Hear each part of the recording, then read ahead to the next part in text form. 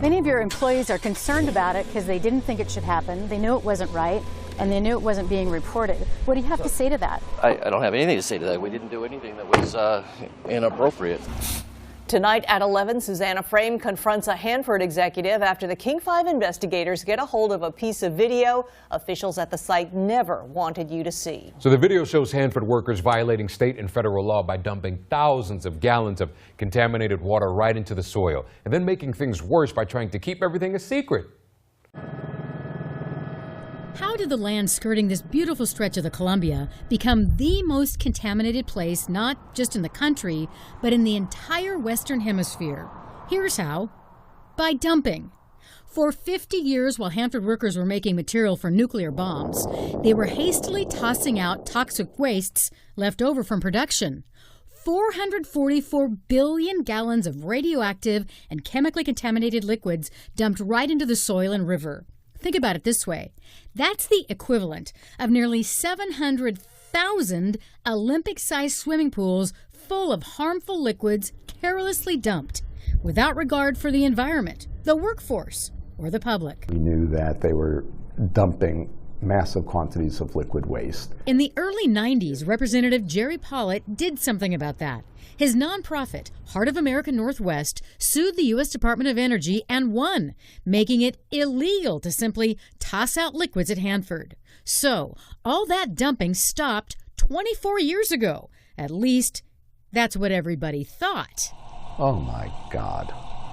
Oh my God. We showed Pollitt video obtained by the King 5 investigators of thousands of gallons of water being dumped on purpose into the soil at Hanford in broad daylight from a huge metal box plastered with warnings. Caution, radioactive materials. It's a crime. I am convinced from looking at this that you're witnessing a criminal violation of several statutes, not just one. I am shocked to see something like this in 2017. And there's more.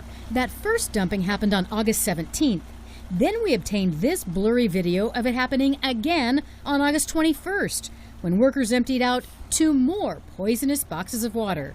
This is exactly how Hanford became so contaminated in the first place. What could be the motivation? Why would you risk creating even more contamination that could make its way toward the Columbia River?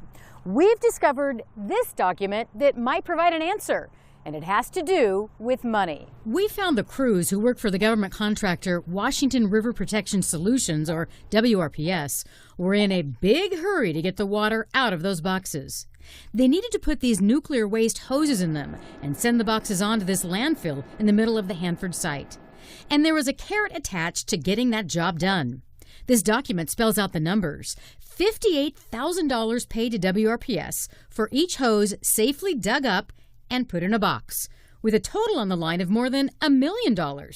But with a September 30th deadline, the clock for earning that bonus was ticking. This is surprising every single time I see it that we don't seem to learn very well. Dirk Dunning of Salem, Oregon, is a retired nuclear engineer and Hanford expert. When you get caught in a bind with time and money, quite often people will end up cutting corners. Sources tell us that's exactly what happened. When WRPS discovered rainwater had accidentally leaked into the boxes, cutting corners was quicker and cheaper than doing the right thing, testing the water to see what was in it, pumping the water into barrels like these, or getting new boxes altogether. Hey, Mr. Cantwell, I'm Susanna Frame from King TV. Hi, how are you? I'm good. We're here to talk to you about the water events, the dumping events that occurred in August. We asked WRPS for an interview. They never responded to the request, so we caught up with one of the company's top executives, Rob Cantwell, after work. He denied any wrongdoing. Many of your employees are concerned about it because they didn't think it should happen. They knew it wasn't right, and they knew it wasn't being reported. What do you have to say to that? I don't have anything to say to that. We didn't do anything that was inappropriate. We found what happened after the dumping was not only inappropriate, but violated the law. When waste is spilled or dumped, it must be reported to the State Department of Ecology within 24 hours. That didn't happen. It wasn't reported until King TV made an inquiry to your company. Can you tell us why? I'm not sure I understand exactly what you're referring to. This is what we're referring to. The first dumping happened in mid-August. On September 8th, King 5 emailed WRPS and the State Department of Ecology to ask what happened. The next business day, internal state emails we've obtained show Department of Ecology managers trying to get to the bottom of it, what they called a mysterious compliance issue that came from Susanna Frame.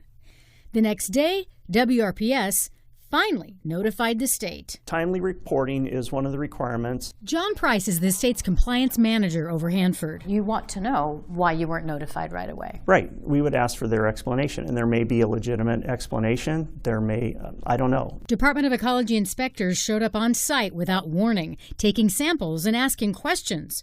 We found some of WRPS's answers don't add up.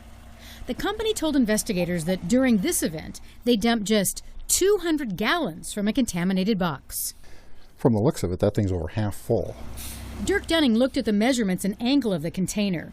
By his calculations, they poured 3,000 to 5,000 gallons into the ground.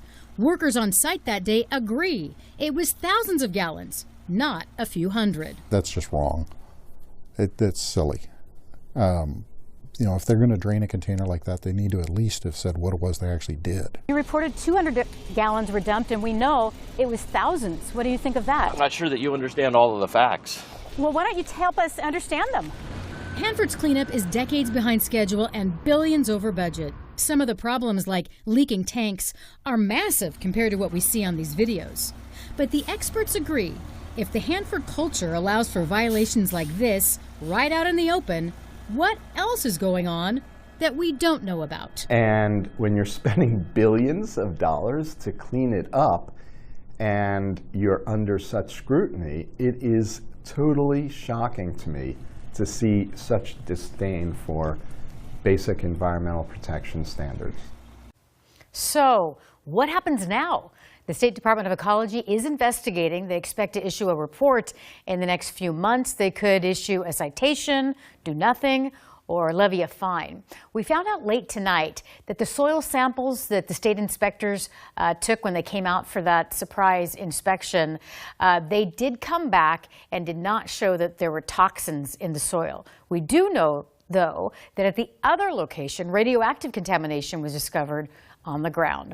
Also tonight, WRPS sent us a statement to say they are cooperating with the Department of Ecology and that they are working to strengthen their procedures.